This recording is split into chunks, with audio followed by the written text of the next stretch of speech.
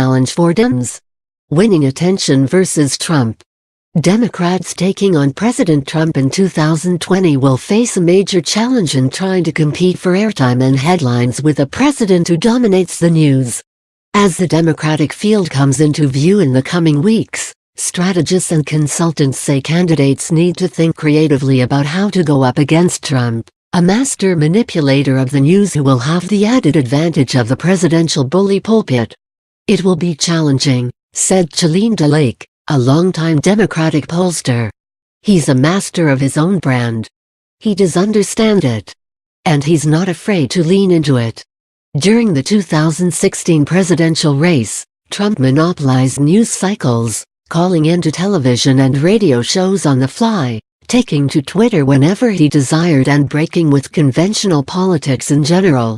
More often than not, he created his own narrative, intimidating opponents at campaign events with names like Little Marco and Lying Ted, making unorthodox remarks on immigration and other policies while appearing seemingly everywhere. When the news cycle was unfavorable to him during the campaign, he sought to change the conversation, a pattern he has continued while in the White House. Hillary Clinton had a tough time keeping up. Her media appearances were planned well in advance, and her tweets were drawn up by a committee of aides and advisors. Clinton's speeches hardly ever seemed off the cuff. A long-term advisor to Clinton said some lessons can be learned from the 2016 Democratic nominee's experiences.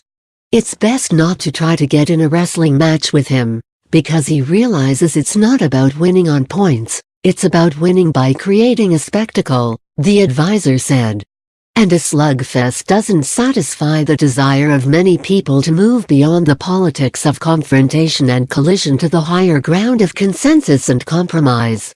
Advertisement opponents to Trump in 2020 have an even more difficult hill to climb than Clinton, since they face an incumbent president.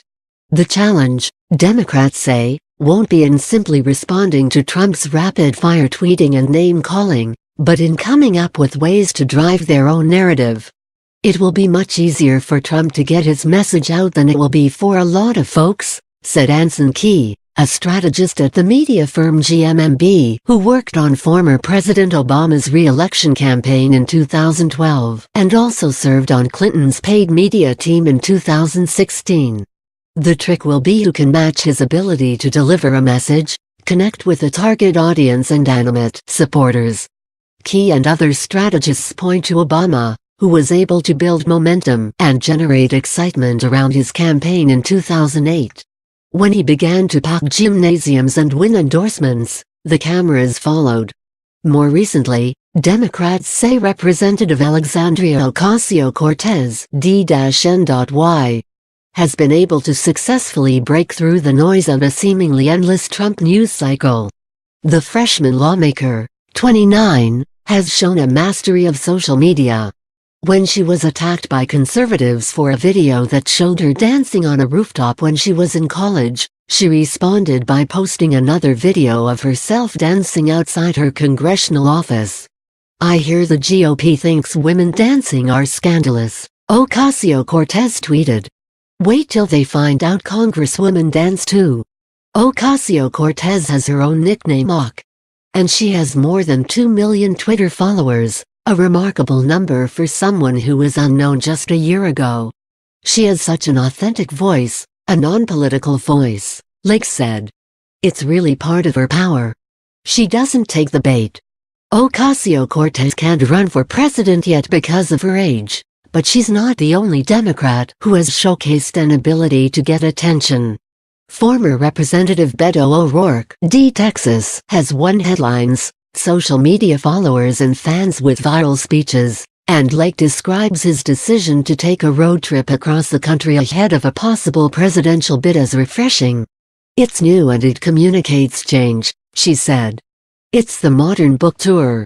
We need to look for more unique ways to break through." Going back to 2016, Senator Bernie Sanders, I Vermont, showed an ability to win attention and pack buildings, even with a message that has changed little during his decades in politics. Seeking to go toe-to-toe with Trump can lead to problems. On Tuesday night, Speaker Nancy Pelosi, D. California, and Senate Minority Leader Charles Schumer's D-N.Y. joint appearance in response to the president's Oval Office address was mocked in some quarters, though it also won high ratings. The Chuck and Nancy visual tonight launched 1,000 memes while they were still talking, MSNBC's Brian Williams said Tuesday on his program The 11th Hour. There was an American Gothic meme. There was a "Your mother and I are very upset you stayed out so late" meme. This visual from tonight goes down in the pantheon.